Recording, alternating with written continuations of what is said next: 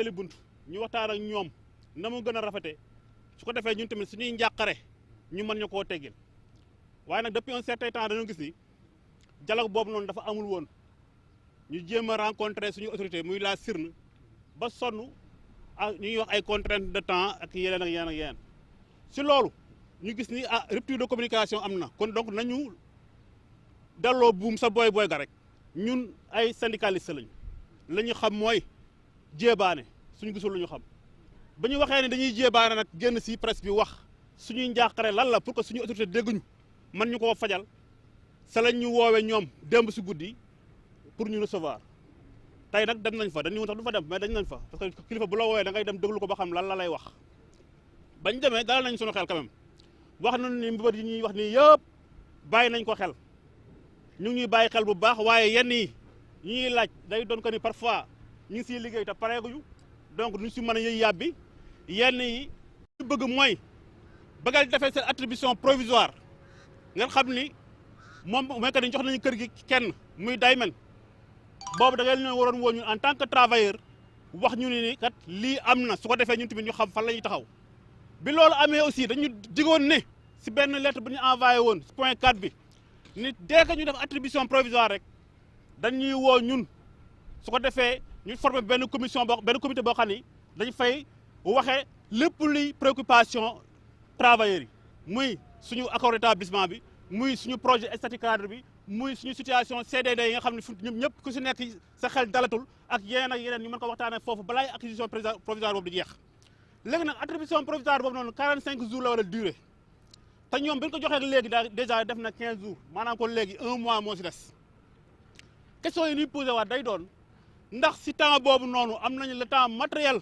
pour mën a def une transition xamuñu ndax mën nañu ko def si diggante boobu noonu ndaxte ñoom dañu wax ni mën nañu démarrer fii ak le premier li ñu bëgg mooy kii ñëw le 1er janvier mu démarrer mais 1er mars mu démarrer mais dañu bëgg 1er janvier aussi mu ñëw commencé di def transition bi ak Dakarnave donc mais loolu noonu aussi bu amul maanaam sa njalanteer nga bu fekkee ne ñoom ñaar jubóowuñu dañuy delluwaat sa zéro maanaam kon kenn du yor kër gi loolu tamit danger pour ñun les travailleurs parce que bu fekkee ne loolu amul dañuy delluwaat te 2 ans ngi nii yoo xam ni puusuñu passé wuñu amuñu avancement amuñu benn avantage te ñoom ñu ngi koy am kon donc ñun tamit lépp luy am dañuy si war a woo su ko defee ñu ñëw waxtaane ko xool lu ñu suñu intérêt ñun bu fekkee dañuy puusit ñun ñu gis suñu bopp bu ñu gis suñu bopp nag kenn du fi dugg kooku moom muy leer déjà kenn du fi dugg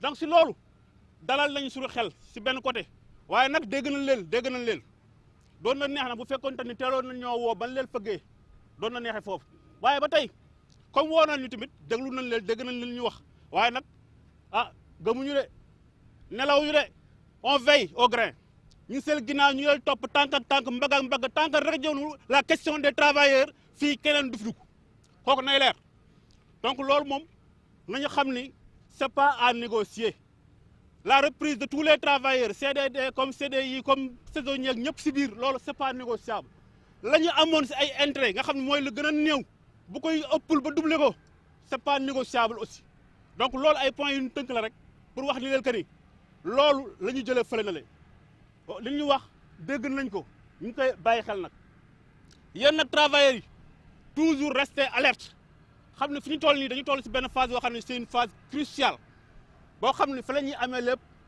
wala ñu jaar fi ñàkk lépp kon donc restons mobilisés et alerte xam ni li suñu kanam nii incha allah mooy dàq lu weesu maa ngi leen di gërëm si loolu noonu.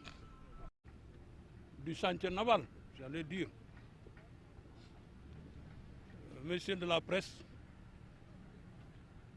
nous sommes dans le cadre d'un dossier où la gestion est parsemée d'embûches. On ne peut pas comprendre la démarche. Nous sommes dans le cadre d'un gouvernement de rupture. Et le président de la République est très clair là-dessus. il a rappelé à chaque occasion que son engagement pour la bonne gouvernance dans toutes les entreprises publiques au sein du gouvernement n'est plus à démontrer. C'est une volonté politique, c'est un engagement. Mais dans le cadre de la gestion de ce dossier, il y a beaucoup de zones d'ombre, beaucoup de non-dits. On ne peut pas parler de transparence sans impliquer les partenaires sociaux.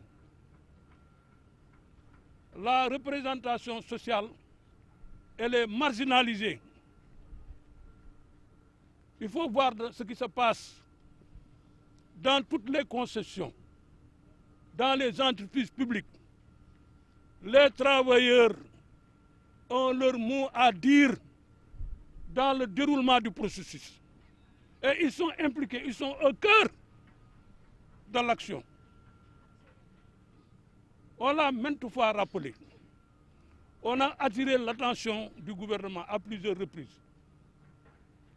C'est une question charnière, camarades. Si vous ne veillez pas à ce que vos intérêts soient pris en compte dans le processus,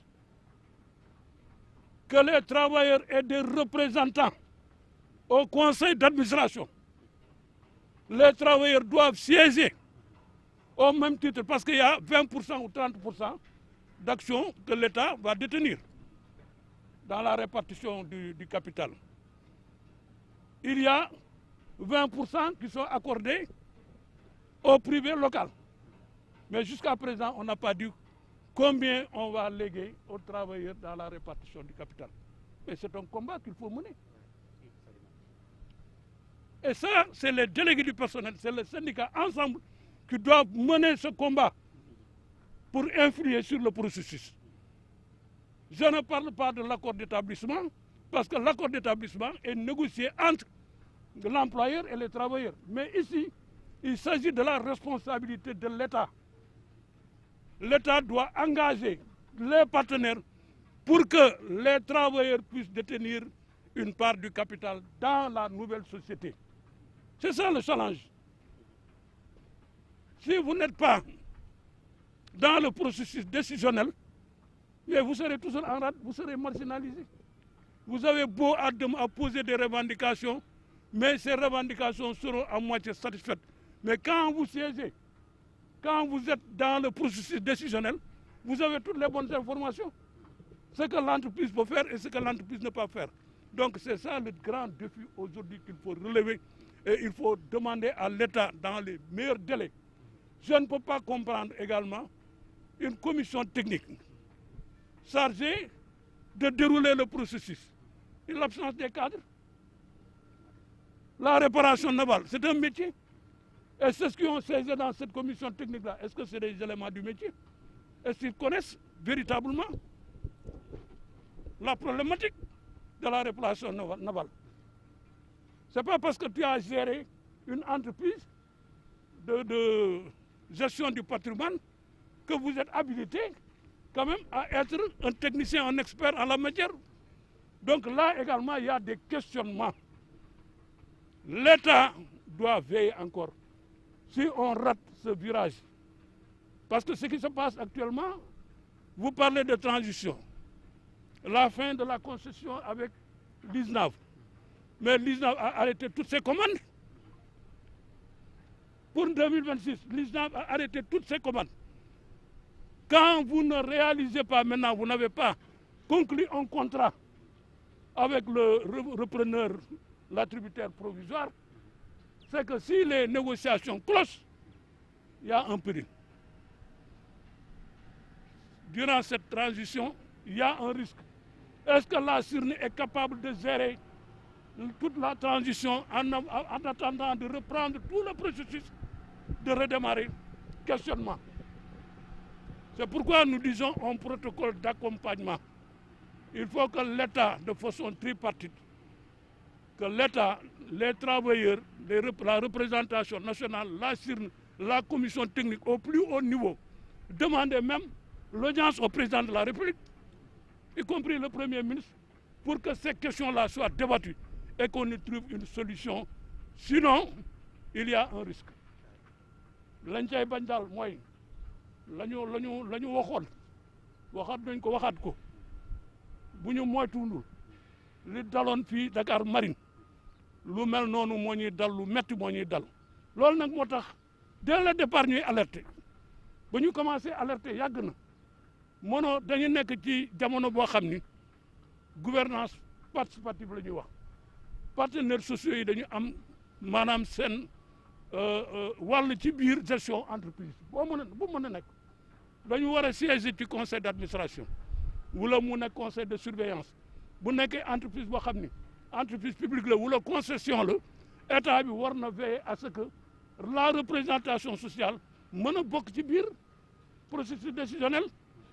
Travailleurs yi war nañu am part sociale loolu ba ngeen ko dalee wax depuis 26 ans jot na nag boo leen raté bii parce que 26 ans c'est une carrière l'entreprise s'est développée am ngeen expérience am ngeen expertise keneen mënul ñëw fii di leen jàngal réparation navale kenn mënutu leen ko jàngal am ngeen expertise bi li des kay mooy fa ñuy nose di nàcc fa ñuy jële décision yi ngeen bokk ci loolu daal mooy invite bi ngeen mobiliser wu nekk benn di xàccandoo di dóorandoo division fu ñu toll nii division baaxul ci yéen dispersion baaxul ci yéen da ngeen war a mobiliser wu nekk benn tànk loolu moo leen mën a may ëllëg ak si biir li ngeen di défendre seen intérêt ngeen jot ci